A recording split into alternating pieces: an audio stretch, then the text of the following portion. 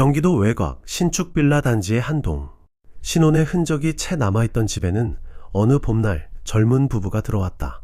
남편은 민수, 아내는 수진. 결혼한 지 한 달이 채 되지 않은 신혼에 이미 갓난아기가 있었다. 민수는 매일 출근해 늦은 저녁에 돌아왔고 집안은 수진이 돌보았다.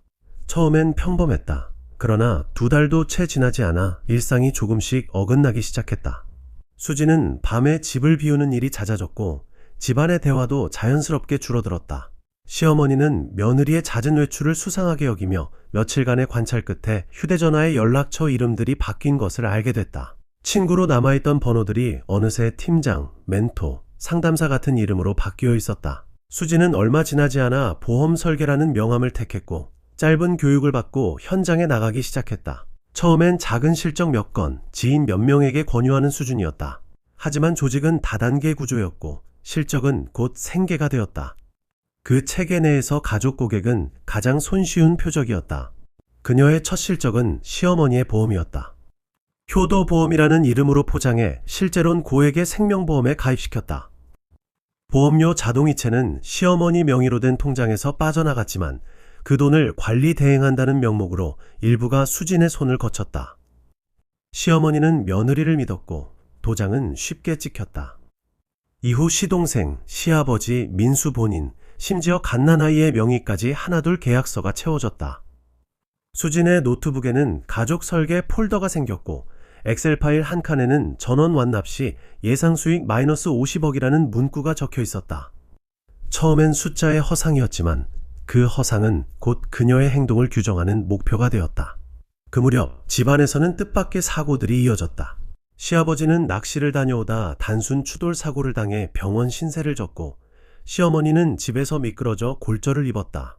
시동생은 과로로 입원했다. 모두 우연처럼 보였지만 공통점은 있었다. 세 사람 모두 최근 수진이 권한 보험의 피보험인이었다는 사실이다. 민수는 처음엔 설명을 들으려 했지만 곧 이상함을 느꼈다. 수진의 통장은 늘 닫혀 있었고 휴대전화 메시지는 아침 저녁으로 팀 실적 알림이 떴다. 민수는 아내의 노트북을 들여다보았고 그곳에서 가족들의 이름 옆에 찍힌 숫자와 메모를 보았다. 우선순위 시아버지 시동생 시어머니 민수 아기 보류. 그 순서와 메모는 단순한 고객 관리를 넘어선 계획처럼 읽혔다. 그렇다고 해서 곧바로 범죄를 확정할 수는 없었다. 보험 사고인지 단순 불행인지 확실치 않은 요인들이 혼재했다. 하지만 골격은 분명해졌다. 수진의 행동은 보험 수익을 최대화하기 위한 목적과 연결되어 있었다. 그 목적을 위해 그녀는 문구상 보호와 미래 대비를 관용구로 사용했지만 실제로 그녀가 바라던 것은 숫자였다. 숫자가 가져올 변화였다. 어느 날 민수는 수진이 가입시킨 보험의 실체를 확인하려고 관련 기관에 문의했다. 그곳에서 돌아온 답은 냉정했다.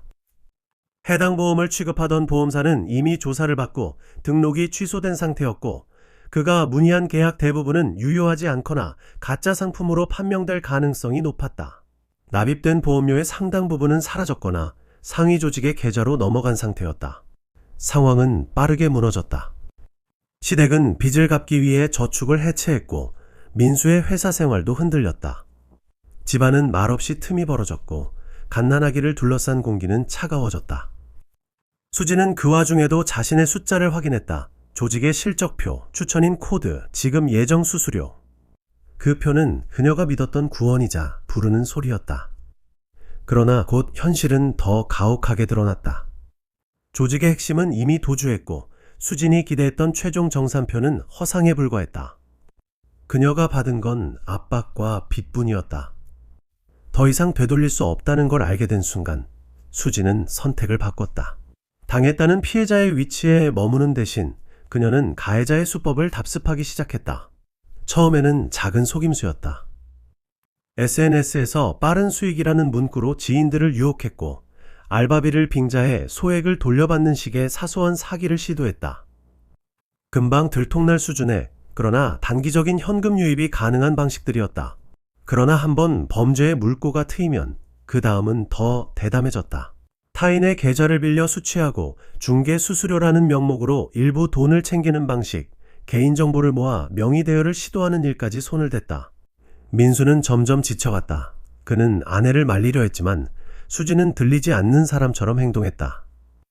아르바이트로 모은 돈은 금세 조직으로 빠져나갔고 빚은 눈덩이처럼 불어났다.